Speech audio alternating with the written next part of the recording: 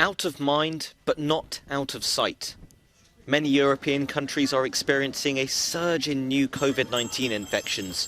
The WHO is keen for the public to remain vigilant, taking action where necessary, but living as much of a normal life as possible. We should not be complacent. It doesn't mean that people should put their holidays on hold, absolutely not, but we have to protect the vulnerable, vaccinate and get a booster.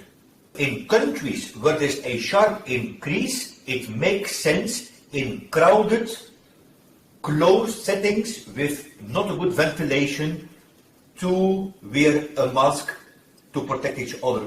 We also know that usually there's a time lag, that a couple of weeks after an increase in new cases, the hospitalizations increase. But again, we shouldn't scare the people not to take any holidays, but to use common sense.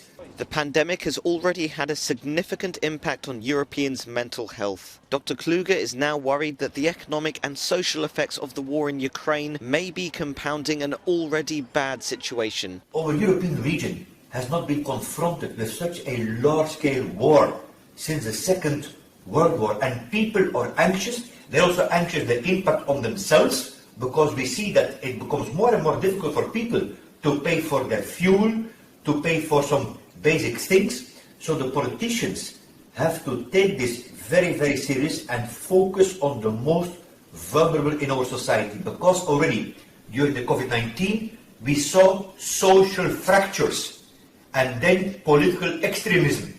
So now with the war we have to pacify and protect the people.